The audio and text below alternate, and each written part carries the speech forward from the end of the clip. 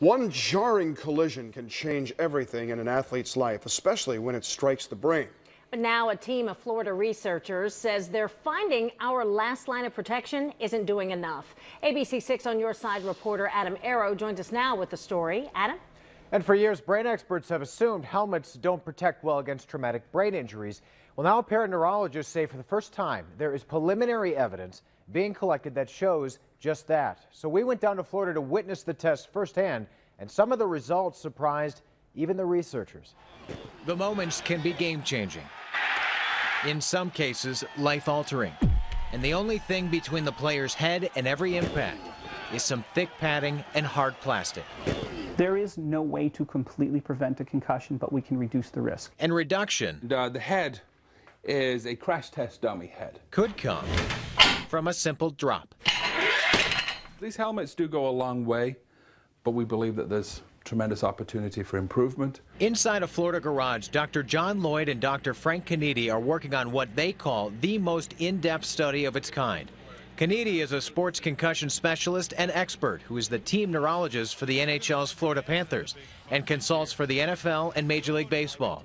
Lloyd is a published researcher with 2 decades of experience in brain injuries. And right now, the two are teaming up to discover how well football helmets protect against traumatic brain injury.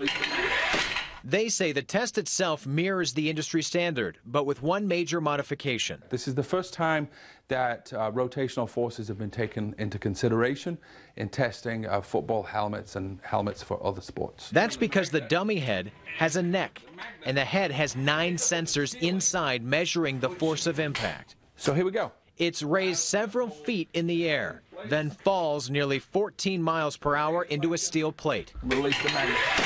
Researchers say every drop sends data showing how well a helmet protects against not only skull fracture, but traumatic brain injury as well. A person can survive a head injury, such as a skull fracture. The skull will heal, but we're learning that the brain may not always perfectly heal. And after dozens of helmets from all different eras are dropped, all score well when it comes to protecting the skull. But when it comes to the brain, the researchers say the preliminary data is showing a much different story. Now we're seeing some bench evidence here that helmets actually do little to protect against concussion. The researchers say on average, wearing the helmets only reduce the concussion risk by 20%.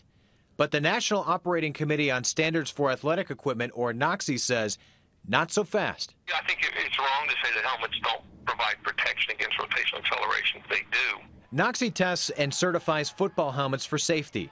Executive Director Mike Oliver says the committee is looking into adding rotational forces as a testing criteria in the near future, but for right now, there's no scientific agreement at all on what that threshold is, and that's, from a standard standpoint, that's what we're looking for is a threshold, an injury threshold. So Oliver urges caution for parents or others when making conclusions based on this study or others. Still, researchers stand behind their methods, and Lloyd says the test showed a big surprise. This 1930s leather helmet actually protected the brain better than several modern helmets. Lloyd thinks that's because it is smaller and lighter, so there's less weight added to the rotation of the head during an impact. It's eye-opening. Oliver says he offers this to parents looking to get the best helmet for their kids. The best helmet is the one that's either new or been recently reconditioned and recertified, but more importantly, the one that fits the best.